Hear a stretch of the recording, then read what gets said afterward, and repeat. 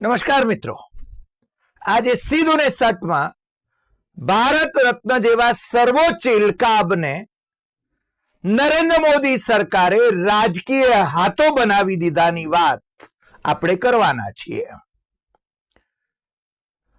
ભારત રત્ન એ દર વર્ષે 3 જણને આપી શકાય અને એના માટેની એક સિલેક્શનની એક આખી પ્રોસેસ છે. પરંતુ એ બધી નિયમાવલીને ઘોડી ને પી જઈને વડાપ્રધાન નરેન્દ્ર મોદીએ આ વખતે પોતાનું રાજકારણ ખેલતા હોય એ રીતે મત મેળવવા માટે, ભારતીય જનતા પાર્ટીને જીતાડવા માટે લોકસભાની ચૂંટણીમાં 370 અને 400 ને પાર એનડીએ એ મેળવવા માટે એમણે ભારત રત્નનો ઉપયોગ કર્યો છે. આ કહેવામાં જરાય અતિશયોક્તિ નથી. નરેન્દ્ર મોદીની સરકાર 9.5 વર્ષથી છે. 10 વર્ષ થવા થયા. 10 વર્ષમાં એને ક્યારેય કર્પૂરી ઠાકુર યાદ ન આવ્યા. કર્પૂરી ઠાકુર જેવા સામાજિક ઉત્થાન માટે કાર્ય કરનાર એક વાળંદ પરિવારમાંથી આવનારા બિહારના મુખ્યમંત્રી, એમનું સ્મરણ નરેન્દ્ર મોદીને ન થયું. પણ આ વર્ષે રાષ્ટ્રીય જનતા દળ અને જનતા દળ યુનાઇટેડ એની જે સરકાર હતી એમાંથી નીતિશ કુમારને અલગ કરવા માટે કર્પૂરી ઠાકુરને ભારત રત્ન આપવામાં આવ્યો. આ હકીકત છે. અને તાકેલું તીર એ બરાબર નરેન્દ્ર મોદી એને નિશાન પર લગાવે છે. પલટુરામ 5મી વખત પલટી મારીને ભારતીય જનતા પાર્ટી છોડીને જે આરજેડી સાથે ગયા હતા, એ આરજેડી ને છોડીને પાછા ભારતીય જનતા પાર્ટી સાથે આવી ગયા. અને નીતિશ કુમાર વડાપ્રધાન થવાના સ્વપ્ન જોતા હતા, નરેન્દ્ર મોદીની સામે ટકરાવાના સ્વપ્ન જોતા હતા. એ હવે નરેન્દ્ર મોદીના રિમોટથી નર્તન કરશે. 9મી વાર એ ભારતીય જનતા પાર્ટી અને જેડીયુ સરકારના મુખ્યમંત્રી બન્યા છે. અને નવાઈ એ વાતની છે કે ભારતીય જનતા પાર્ટીને પણ ડર લાગવા માંડ્યો છે કે 12મી ફેબ્રુઆરીએ જ્યારે આ પલટુરામની સરકાર નો વિશ્વાસનો મત લેવાનો આવશે ત્યારે ભારતીય જનતા પાર્ટીના ધારાસભ્યો પણ ફૂટી જાય એવી શક્યતા છે. જેડીયુના 17 ધારાસભ્યો તો લાપતા છે. ખુલ્લેઆમ આરજેડીના નેતાઓએ આ વાત તો કરી જ. ભારતીય જનતા પાર્ટીના ધારાસભ્યોને બોધગયા સુરક્ષિત સ્થળે પહોંચાડી દેવાની આખી યોજના બની. કારણ કે એમને ડર લાગવા માંડ્યો છે કે બિહારમાં જે ખેલો કર્યો છે નરેન્દ્ર મોદીએ, એ પાછો અવળો ન પડે. આવો જ ખેલો એમણે ઝારખંડમાં કરવો હતો. ઝારખંડમાં હેમંત સોરેનની સરકારને તોડી નાખવી હતી. ઈડી નીતિશ કુમારના મિત્રો સાથે પાછળ પણ પાડી દીધી હતી અને હેમંત સોરેનના સ્વજનો અને હેમંત સોરેન પાછળ પણ ઈડી છૂટી મૂકી દીધી હતી. નરેન્દ્ર મોદીની આ એક સ્ટાઇલ છે. પણ હેમંત ગાંજો ગયો નહીં.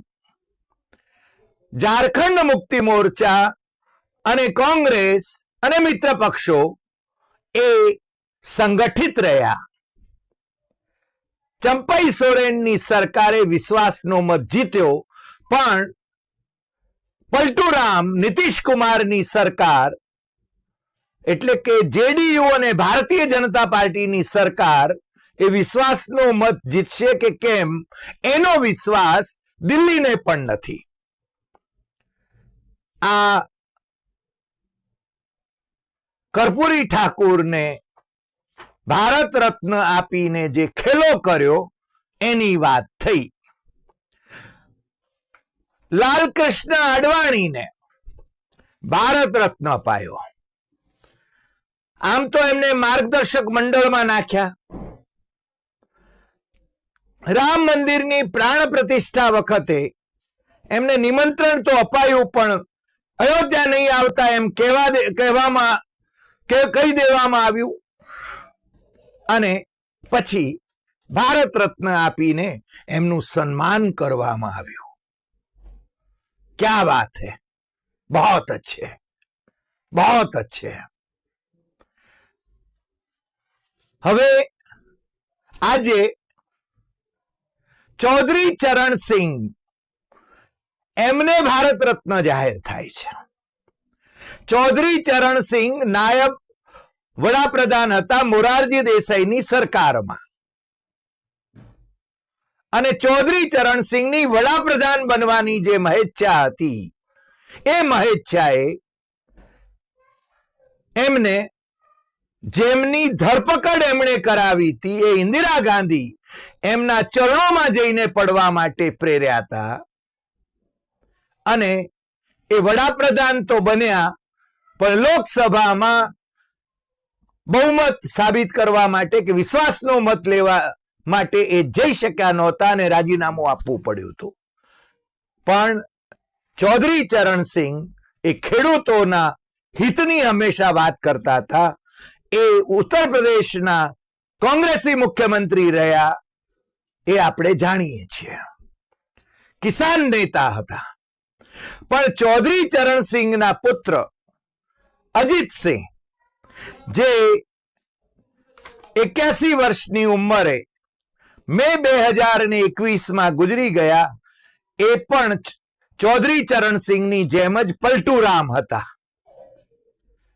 અને એમણે પણ કોંગ્રેસની સાથે ઘર માંડ્યું, પાછા વિપક્ષની સાથે ગયા. એ એમને અનુકૂળતા પ્રમાણે ફરતા રહ્યા. અજીતસિંહ IBMમાં નોકરી કરતા હતા, અમેરિકન કંપનીમાં. પણ પિતાશ્રીનો વારસો, જાટ વોટ બેંક પરની એમની પકડ, એને માટે એ બહુ જાણીતા હતા. અજીતસિંહ એ ચૌધરી ચરણસિંહ જે બંગલામાં રહેતા હતા એ બંગલાને ચૌધરી ચરણસિંહનો સ્મારક બનાવવા માંગતા હતા, પરંતુ નરેન્દ્ર મોદીની સરકારે એમનો સામાન બહાર ફેંકાવી દીધો તો. એ વાત બહુ ઓછા લોકોને કદાચ ખબર હશે. નરેન્દ્ર મોદીને ગાંધીનગરમાં પણ એમને પ્રતિકૂળ જે ચેરમેન હતા કે વાઇસ ચેરમેન હતા એમનો સામાન સેક્ટર 19ના એન્જિનિયર સંઘવીને બોલાવીને એમને રાતોરાત બંગલો ખાલી કરાવો, નહીં તો સામાન બહાર ફેંકી દો, આવો આદેશ આપ્યો હતો. નરેન્દ્ર મોદી પોતાને પ્રતિકૂળ વ્યક્તિઓને સહન નથી કરી શકતા, ટીકા સહન નથી કરી શકતા, એ આપણે જાણીએ છીએ. પરંતુ ચૌધરી ચરણસિંહને આજે ભારત રત્ન જાહેર કર્યો એની પાછળ એમની ગણતરી એ રહી કે અખિલેશ યાદવની સમાજવાદી પાર્ટી સાથે ચૌધરી ચરણસિંહના પૌત્ર જયંત ચૌધરીની RLD એનું જે ગઠબંધન હતું એ તોડાવવું હતું અને એ એમનું જે તીર હતું એ બરાબર નિશાના ઉપર ગયું અને જયંત ચૌધરીએ કહ્યું કે હું હવે એમની સાથે જવાની ના કઈ રીતે પાડી શકું. અખિલેશ સાથે એ રહેશે જ એવું જ્યારે કહેતા હતા જયંત ચૌધરી, ત્યારે એ કહેતા હતા કે मैं चवन्नी थोड़ा ही हूं कि पलटी मारूंगा, चवन्नी की तरह रंग बदलूंगा. અને પલટી મારવાની વાત આવી ત્યારે એમણે આ વાતો કરી હતી કે मैं चवन्नी थोड़ा ही हूं. પણ એ જયંત ચૌધરી, જેને અખિલેશ યાદવે પોતાના પત્નીને રાજ્યસભામાં મોકલવાને બદલે જયંત ચૌધરીને રાજ્યસભામાં મોકલાવ્યા હતા, એ જયંત ચૌધરી એ એમનું ઋણ ભૂલી જાય છે અને નરેન્દ્ર મોદીની સાથે થઈ જાય છે. હજુ હમણાં સુધી એ ઇન્ડિયા અલાયન્સમાં અખિલેશ સાથે હતા, પરંતુ એમણે દાદાને ભારત રત્ન મળ્યો એટલે રાજીના રેડ થઈને એમણે નરેન્દ્ર મોદીના ગુણગાન ગાવાનું શરૂ કરી દીધું. આજે જેમને બીજો ભારત રત્ન મળ્યો એ નરસિંગા રાવ. નરસિંગા રાવ મૂળે મહારાષ્ટ્રના પરભણીના સંઘના સ્વયંસેવક અને તમને ખ્યાલ હશે કે બાબરી ધ્વંસ એ નરસિંગા રાવ જ્યારે વડાપ્રધાન હતા ત્યારે એ પૂજામાં બેસી ગયા અને એમણે બાબરી ધ્વંસ થવા દીધો હતો અને જ્યાં રામ મંદિરનું નિર્માણ થયું. કલ્યાણસિંહ મુખ્યમંત્રી હતા ભારતીય જનતા પાર્ટીના ઉત્તર પ્રદેશના. એમણે વચન આપ્યું હતું, ભારતીય જનતા પાર્ટીના નેતાઓએ વચન આપ્યું હતું કે ત્યાં કાયદો અને વ્યવસ્થા તૂટશે નહીં. પરંતુ 6 ડિસેમ્બર 1992 ના રોજ કાર સેવકોએ બાબરી ધ્વંસ કર્યો અને પછી જ્યારે એની તપાસ શરૂ થઈ ત્યારે ભારતીય જનતા પાર્ટી, રાષ્ટ્રીય સ્વયંસેવક સંઘ, હિન્દુ મહાસભા કે પછી વિશ્વ હિન્દુ પરિષદ, એના બધા જ નેતાઓએ કહ્યું કે ના ના, અમે તો એમાં નહોતા, અમે તો એને લોકોને શાંત પાડવાની કોશિશ કરતા હતા. બધાએ હાથ ઊંચા કરી દીધા. એ વખતે એક બંકો હતો શિવસેનાનો સુપ્રીમો બાલ ઠાકરે. એમણે કહ્યું કે મારા શિવ સૈનિકોએ બાબરી તોડી, એનો મને ગર્વ છે. આ ઇતિહાસના પાને નોંધાયેલી ઘટના છે. એ વખતે રાષ્ટ્રીય સ્વયંસેવક સંઘના સરસંઘચાલક સુદર્શનજીએ બોમ્બ થિયરી રજૂ કરી હતી. કાર સેવકોએ કઈ નથી કર્યું, આરએસએસે કઈ નથી કર્યું, ભારતીય જનતા પાર્ટીએ કઈ નથી કર્યું. અત્યારે બધા યશ લેવા માટે દોડે છે. પણ એ તમે જો એના એ તબક્કાની વાત આપણે જો જુઓ, અદાલતમાં જે રજૂઆતો થઈ, તપાસ પંચ સમક્ષ જે રજૂઆતો થઈ, એમાં બધાએ છે ને પોતે હાથ ઊંચા કરી દીધા હતા. નરસિંહા રાવને બાબરી ધ્વંસનો યશ આપવો પડે. અને આ નરસિંહા રાવ કોંગ્રેસી વડાપ્રધાન હતા અને એ પણ નસીબદાર હતા, કારણ કે Rajiv Gandhi was destined to be the prime minister in May 91, પણ એમની એલટીટીએ જે હત્યા કરી તમિલનાડુમાં અને પછી નાદુરસ્ત તબિયતને કારણે જેમણે ચૂંટણી નહોતી લડી, એ નરસિંહા રાવ એ વડાપ્રધાન બને છે અને લઘુમતી સરકાર ચલાવે છે અને 5 વર્ષ માટે એ સત્તા ભોગવે છે. ભૂપતરાય ઓઝા કરીને કચ્છના એક સુપુત્ર, જે સ્વીડનમાં ભારતીય રાજદૂત હતા, એમણે એક પુસ્તક લખ્યું છે બોફોર્સ પર. એમાં એમ લખ્યું છે કે નરસિંહા રાવ ત્યાં આવ્યા સ્વીડનની મુલાકાતે, ત્યારે એમને જે રસ હતો એ હતો કે રાજીવ ગાંધીને બોફોર્સ સાથે કઈ રીતે જોડી શકાય, રાજીવ ગાંધી બોફોર્સમાં ઇન્વોલ્વ છે કે નહીં,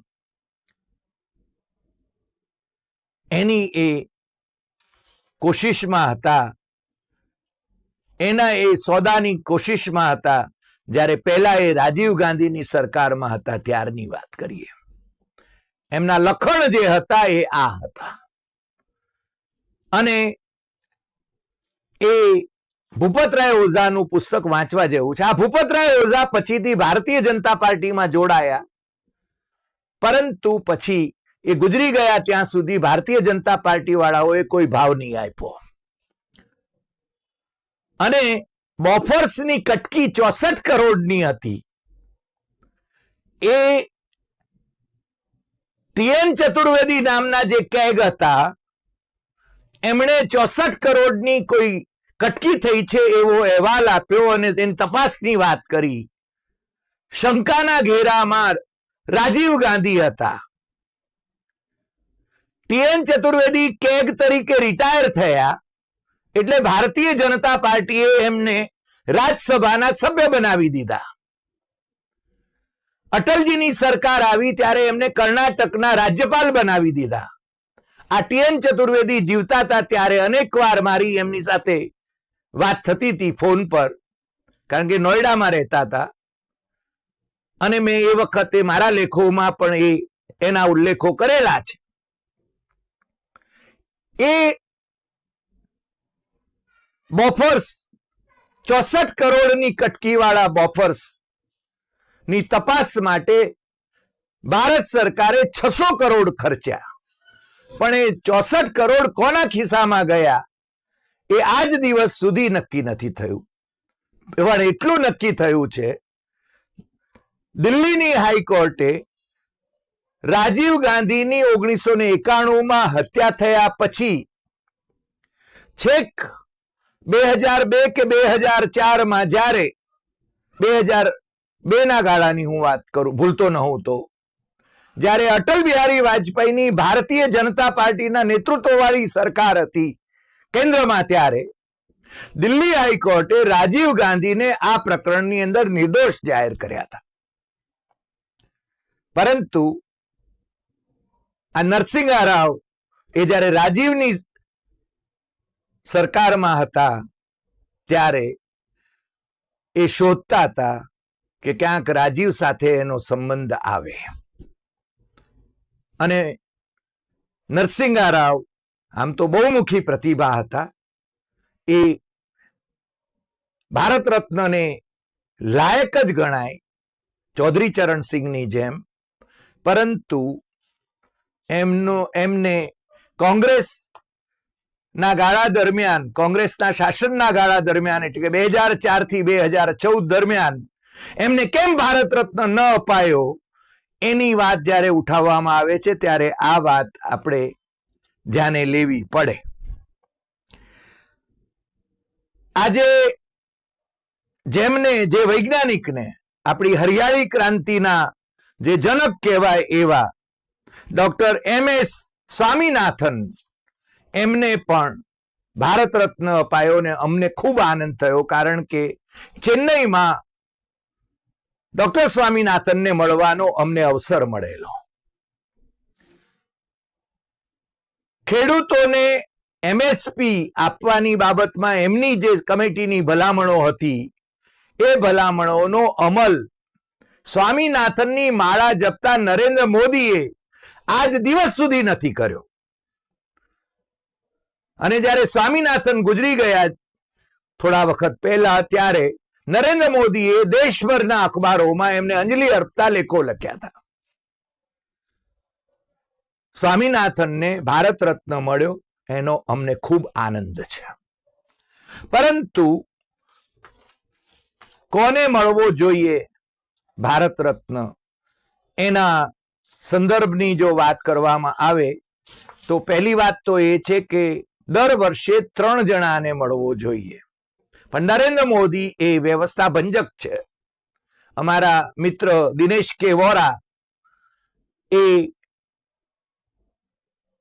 ડિસ્ટ્રોયર એવો શબ્દ પ્રયોગ કરે છે. અમે એમની ચેનલ પર જ્યારે ડિબેટ કરતા હતા ત્યારે અમે વ્યવસ્થા ભંજકની વાત કરી, એટલે જે વ્યવસ્થા હોય એને કેમ કરીને તોડી નાખવી. નરેન્દ્ર મોદી એ વ્યવસ્થા તોડવામાં માને છે.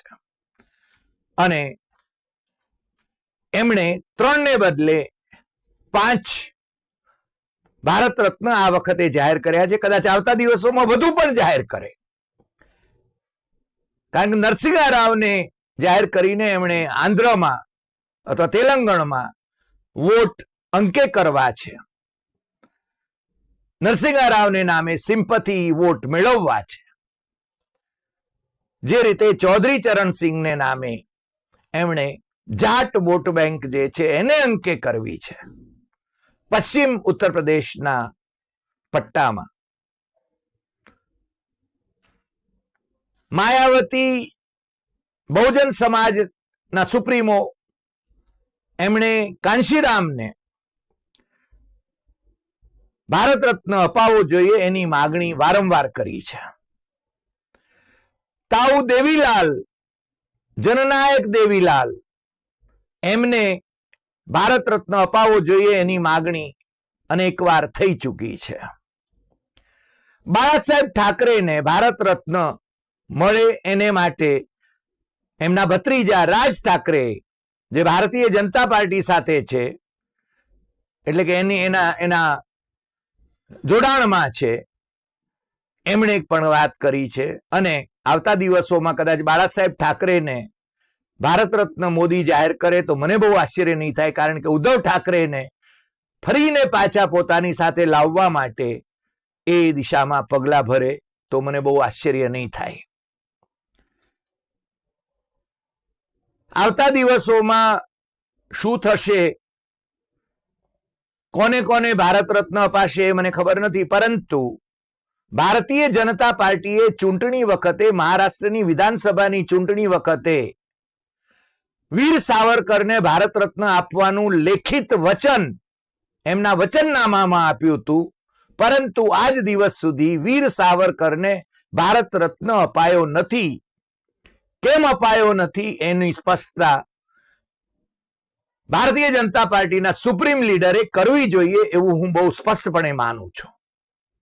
અને હું એ પણ માનું છું કે ડોક્ટર કેશવ બલિરામ હેડગેવાર, રાષ્ટ્રીય સ્વયંસેવક સંઘના સંસ્થાપક અને દ્વિતીય સરસંઘચાલક માધવ સદાશિવ ગોલવલકર, એમને પણ ભારત રત્ન કેમ ન અપાય એ પ્રશ્ન પણ મને આજે જરૂર થાય છે. એટલે કે પ્રથમ સરસંઘ ચાલક અને દ્વિતીય સરસંઘ ચાલક માધવ સદાશિવ ગોલવલકર એ રાજકીય દ્રષ્ટિએ જનસંઘની સ્થાપના કરવામાં એમની ભૂમિકા બહુ જ મહત્વપૂર્ણ રહી હતી, અને રાજકીય રીતે પ્રતિનિધિત્વ પ્રભાવી કરવું જોઈએ રાષ્ટ્રીય કક્ષાએ, એ દિશામાં એમણે પંડિત દીનદયાળ ઉપાધ્યાયને ડોક્ટર શ્યામા પ્રસાદ મુખર્જીને આપ્યા હતા. એ વાત આપણે એનું આજે સ્મરણ કરવું જોઈએ. અને નરેન્દ્ર મોદી એમના પ્રતાપે જ આજે દિલ્હીમાં વડાપ્રધાન તરીકે બિરાજમાન છે. ત્યારે સંઘના સંસ્થાપક સરસંઘ ચાલક ડોક્ટર કેશવ બલિરામ હેડગેવાર અને દ્વિતીય સરસંઘ ચાલક માધવ સદાશિવ ગોલવલકર ગુરુજીને પણ ભારત રત્ન અપાવવો જોઈએ એવું હું તો માનું છું. આજે આટલી વાત. ફરી મળીશું નવા એપિસોડમાં નવા વિષય સાથે. તમને જો આજનો એપિસોડ ગમ્યો હોય તો સૌથી વધુ શેર કરશો, લાઈક કરશો, કમેન્ટ કરશો, અને આપણી YouTube channel doctor Hari Desai Satyamevam Tathyam એ દેશમાં અને વિદેશમાં તમારા જે મિત્રો છે એમને સબસ્ક્રાઇબ કરવા માટે જરૂર જણાવશો. નમસ્કાર.